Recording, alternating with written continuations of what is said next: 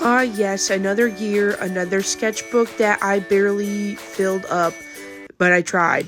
So let's say goodbye to 2025 and all the bad things that happened, and try to look forward to the future of what we can all be capable of if we put our minds to it. So first of all, I'm going to fill out the last couple pages of my sketchbook with a bunch of random things that I stuck in the back of it. And close it off with a list of all of my favorite stuff from the year to kind of focus on the good rather than all the bad. But enough about that. Let's talk about my top songs. First of all, Spell by 17's Performance Unit. It's the perfect song ever. You're going to notice a theme with my top songs from Spotify this year.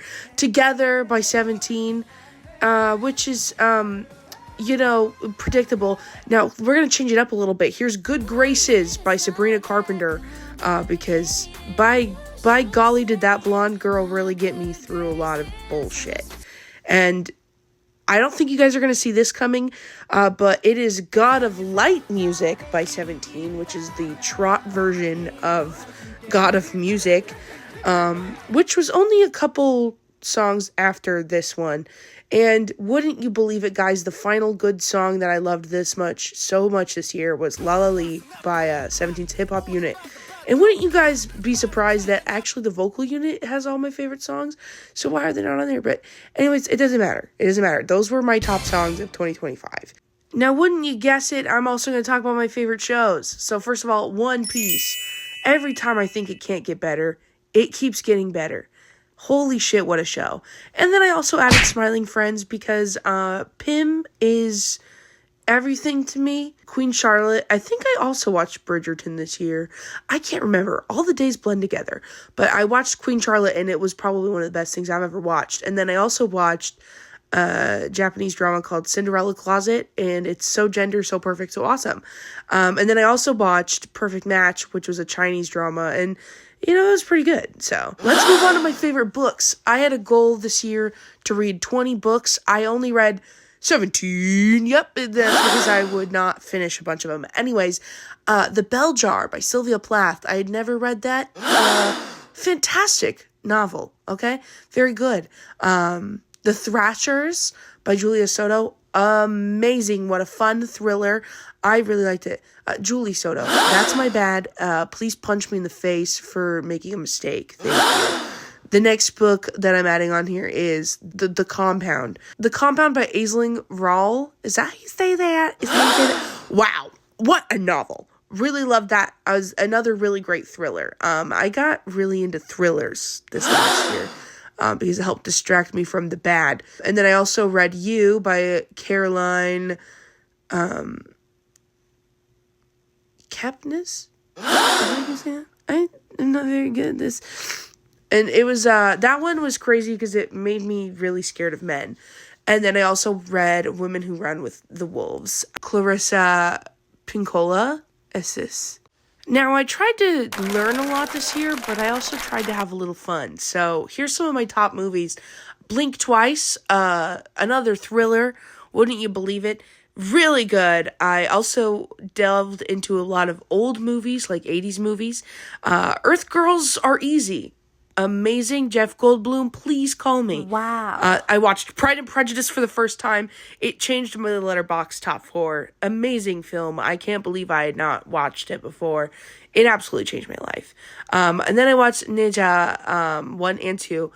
And fantastic, phenomenal animated films. Goodness me. Thank you so much, China. And then I watched Lisa Frankenstein, but that says Lisa Frankenstein. And then Dinner in America, fantastic movie. I love it when loser girls win. And finally, in all caps with gold stars, it is Frankenstein. Holy fuck. What a film. What a film. What a film. I've watched it so many times. It's not even funny anymore. So I decided to kind of fill it in and do some little doodles and fill up some space, kind of make it look a little more cutesy while my Love in Deep Space download happens. And then I started doing a little self-portrait. And then I remembered that there's a whole other section I could do, and wouldn't you believe it, I'm doing my top games. Now, a fun thing about the last year of my life is I kind of stopped playing video games because I stopped streaming. So I haven't really been on my gamer grind set. But the games that I did pay a lot of attention to, I'm going to add onto this list right here, right now. So that is Love and Deep Space on my iPad. I have a lot of fun. I love to date fictional men. I added Marvel Rivals because I had a huge Marvel Rivals phase and I miss it every day. I get cravings for it. The Sims 2, my favorite video game of all time. It's perfect. It's beautiful. Then I got distracted by the music. And just to remind you guys, I am still a loser at the end of the day. I'm adding Overwatch on there.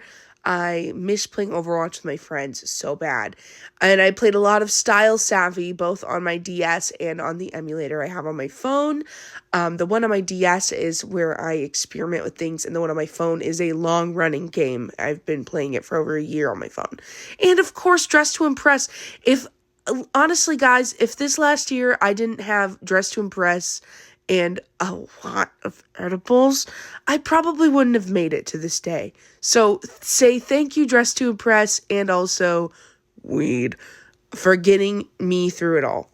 But despite all of the hardships and interesting things that I've gone through in the last couple years, especially this year, I was unlearning a lot of really weird lifestyle and habits. And honestly, as hard as it was and as miserable I was for most of it, honestly, I wouldn't ask for any difference, because I've grown a lot and I finally have a vision of what to do with my life. So now hold on a second. Something's going on over here. I gotta check in real quick. Gotta see what's going on. Anyways, thank you so much for watching. If you are interested in seeing more of the art stuff and the lifestyle stuff, then stick around. Bye!